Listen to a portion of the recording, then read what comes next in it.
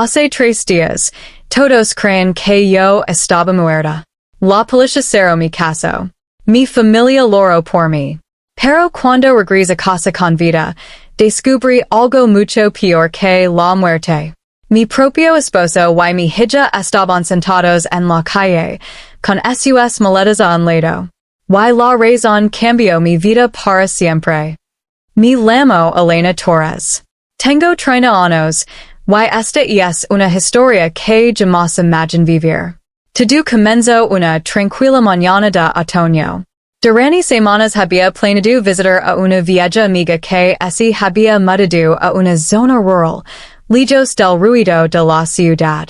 Mi trabajo me mantenía ocupada casi todo el tiempo, y siempre encontraba una excusa para retrasar el viaje. Pero aquel día decidí que ya era suficiente. Preparé algunas cosas. Me despedí de mi esposo Daniel y de mi pequeña hija Sofía, y salí de casa con una sonrisa. El camino era hermoso. Montañas a la distancia, campos abiertos y una carretera casi vacía. Por primera vez en mucho tiempo, sentía una verdadera sensación de tranquilidad. Mientras conducía, pensaba en lo mucho que necesitaba aquel descanso. No sabía que mi vida estaba a punto de cambiar para siempre. Después de varias horas de viaje, llegué a una carretera estrechalina de curvas. Todo parecía normal. Hasta que intenté frenar. Presioné el pedal una vez. Nada. Lo intenté otra vez, con más fuerza. Nada. Una sensación helada recorrió todo mi cuerpo. Mi corazón comenzó a latir con violencia. Volví a presionar el freno una y otra vez, pero el automóvil seguía acelerando. No puedo estar pasando esto. Mis manos temblaban mientras sujetaba el volante. La siguiente curva era peligrosa. Y después de ella solo existía un enorme precipicio. Intenté mantener la calma. Probe el freno de mano. Intenté reducir la velocidad. Intenté controlar el vehículo. Pero nada funcionaba. Era como si el automóvil hubiera decidido ignorar cada una de mis órdenes. La distancia hasta el borde desaparecía rápidamente. Entonces comprendí algo aterrador. Si permanecía dentro del coche, moriría. Pensé en Daniel. Pensé en Sofía. Recuerdo su sonrisa, sus abrazos, la forma en que corría hacia mi cada tarde cuando regresaba a casa. No podía permitir que aquel fuera el final. No así. No sin luchar. Cuando el precipicio apareció frente a mí, tomé la decisión más difícil de toda mi vida. Abrí la puerta. Y salté. El impacto contra el suelo fue brutal. Sentí que todo el aire salía de mis pulmones en un solo instante. Mi cuerpo rodó por la tierra y las piedras mientras un dolor intenso atravesaba mis brazos, mis piernas y mi espalda. Por unos segundos, no pude moverme. No podía respirar. No podía pensar. Solo escuchaba un fuerte zumbido dentro de mis oídos. Entonces ocurrió. Una explosión estremeció todo el lugar. Giró lentamente la cabeza y una enorme columna de fuego elevándose desde el fondo del precipicio. Mi automóvil había desaparecido entre las llamas. Me quedé paralizada. Si hubiera saltado un segundo más tarde, jamás habría sobrevivido. Cerré los ojos y traté de recuperar el aliento.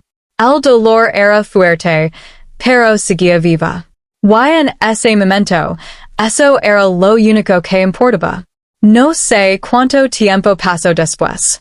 Quizás fueron minutos. Quizás horas. Todo parecía un sueño confuso. Recuerdo voces lejanas. Pasos. Personas hablando alrededor de mí. Cuando abrí los ojos nuevamente, varios rostros desconocidos observándome. Eran habitantes de una pequeña comunidad cercana.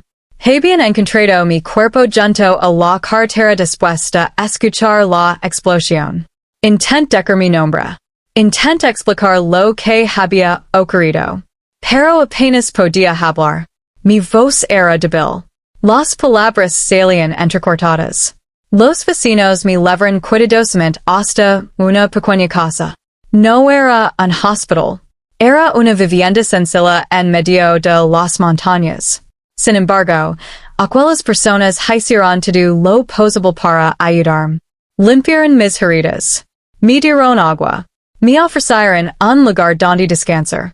Cuando busqué mi teléfono, descubrí que había desaparecido. Probablemente así había perdido durante el accidente. Eso significaba que no podía llamar a Daniel. No podía llamar a nadie. Y esa fue la parte más difícil. Durante los siguientes 2 días permanecí allí recuperándome. Por suerte no tenía lesiones graves. Golpes, heridas, y mucho cansancio. Nada más. Pero mi mente no encontraba descanso. Cada vez que cerraba los ojos pensaba en mi familia. Imaginaba a Daniel llamando una y otra vez. Imaginaba a Sofía esperando junto a la ventana. Quizás preguntando cuándo volvería mamá. Aquellas imágenes me rompían el corazón. Necesitaba regresar. Necesitaba decirles que estaba bien. Necesitaba abrazarlos. La mañana del tercer día, desperté sintiendo mucho mejor. Todavía me dolía el cuerpo, pero ya podía caminar. Agradecí profundamente a todas las personas que me habían ayudado. Nunca olvidar su bondad. Después comenzó el largo viaje de regreso a casa. Mientras avanzaba por la carretera, una extraña sensación crecía dentro de mí. No era miedo. No era dolor. Era algo diferente. Como si una parte de mí supiera que algo terrible estaba esperando al final del camino. Y cuanto más me acercaba a mi hogar, más fuerte se volvía esa sensación. Cuando finalmente llegué a mi calle, disminuí el paso. Todo parecía normal. Pero entonces los 6. Y en ese instante comprendí que nada volvería a ser igual. Me quedé inmóvil. A pocos metros de mi casa estaban Daniel y Sofía, sentados en la acera, con varias maletas a su lado. No parecían estar esperando a alguien. Parecían personas que habían perdido todo. Mi corazón comenzó a latir con fuerza. No entendía lo que estaba viendo. ¿Por qué estaban afuera? ¿Por qué tenían equipaje? ¿Por qué mi hija estaba llorando? De un paso hacia ellos. Luego otro. De repente, Sofía levantó la mirada. Durante unos segundos se quedó completamente quieta. Sus ojos se abrieron como si hubiera visto algo imposible. Mamá. Su voz rompió el silencio. La pequeña corrió hacia mí tan rápido como pudo. La abracé con fuerza mientras sentía sus lágrimas empapando mi ropa. Estoy aquí, mi amor, estoy aquí. Pero mientras la sostenía, mis ojos permanecían sobre Daniel. Su rostro estaba completamente pálido. Parecía haber visto un fantasma. Se acercó lentamente, sin apartar la vista de mí. Esto no puede ser real. Susurró. Claro que es real, respondí confundida. ¿Qué está pasando? Daniel respiró profundamente. Todavía parecía estar intentando aceptar que yo estaba viva. La policía nos dijo que habías muerto. Sentí un escalofrío. ¿Qué? Encontraron tu coche destruido en el fondo del barranco. Después de la explosión, aseguraron que nadie podía sobrevivir. Por fin entendí. Todos creían que estaba muerta. Pero eso no explicaba otra cosa. Las maletas. Las lágrimas. La situación de mi familia. Daniel. ¿Por qué están aquí afuera? Su expresión cambió inmediatamente. La sorpresa desapareció. Ahora parecía cansado. Dolido. Derrotado. Miró la casa durante unos segundos antes de responder. ¿Por qué ya no vivimos aquí? Sentí que el suelo desaparecía bajo mis pies. ¿Qué quieres decir? Daniel bajó la mirada. Un día después del accidente llegaron tus padres y tu hermano Marco. Mi estómago se tensó. ¿Y qué pasó? Al principio parecían afectados. Loraban. Dicen estar destrozados por tu muerte. Hizo una pausa. Pero después empezaron a hacer preguntas. ¿Qué tipo de preguntas? Sobre la casa. Sobre documentos. Sobre propiedades. Algo dentro de mí comenzó a inquietarse. Aquello no sonaba bien. Luego empezaron a acusarme. ¿Acusar de qué? Daniel apretó la mandíbula. De haber provocado tu accidente. Mi sangre se congeló. ¿Qué? Dicen que yo tenía motivos. Que la casa estaba a tu nombre.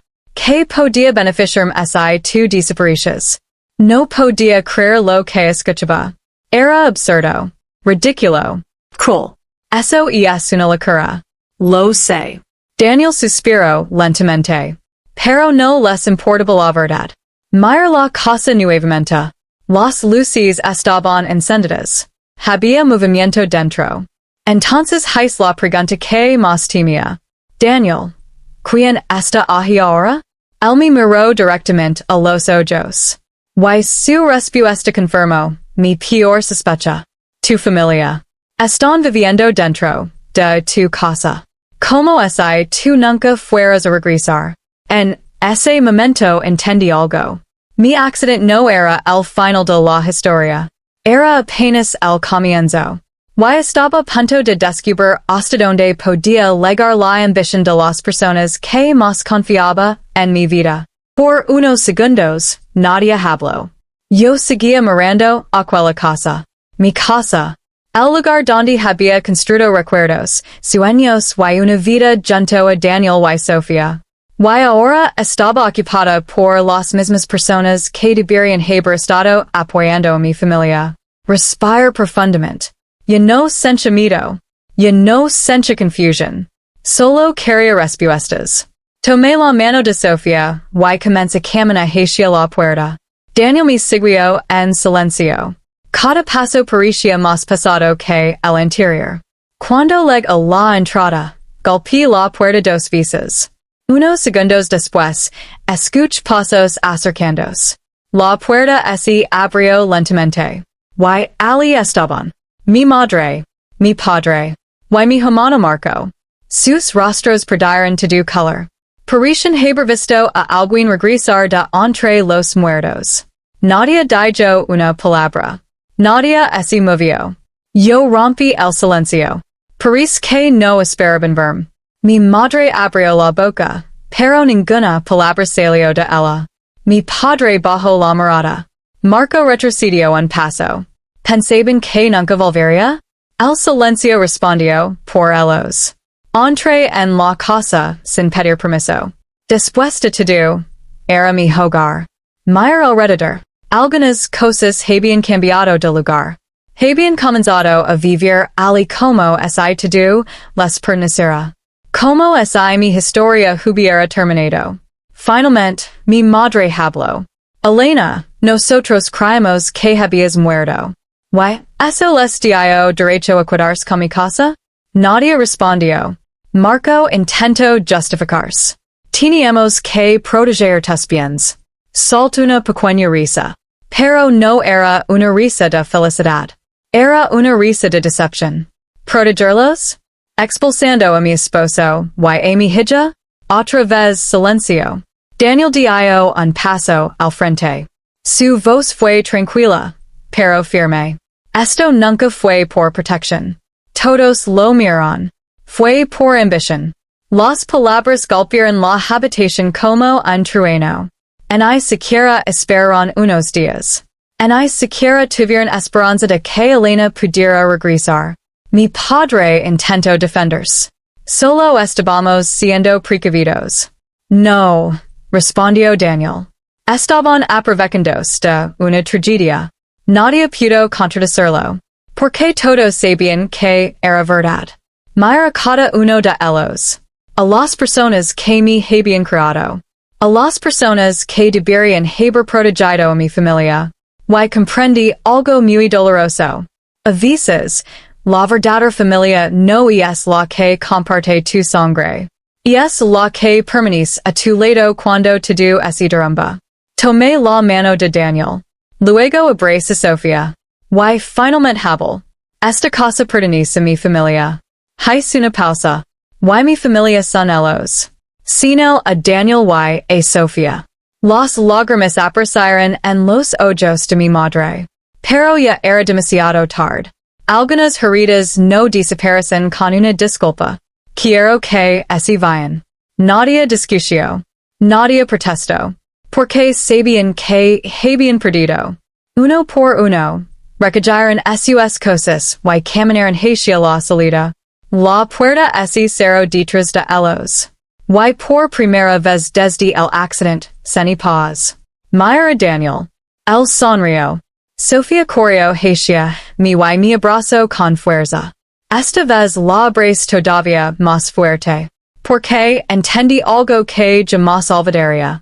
La vida puede cambiar en un segundo. Pero las personas muestran quién son cuando creen que ya no estás mirando. Si esta historia te emocionó, deja tu comentario. Suscribid al canal y activa las notifications para no perder las próximas historias sorprendentes. ¿Tú qué habrías hecho en el lugar de Elena? Cuéntamelo en los comentarios. Hasta la próxima historia.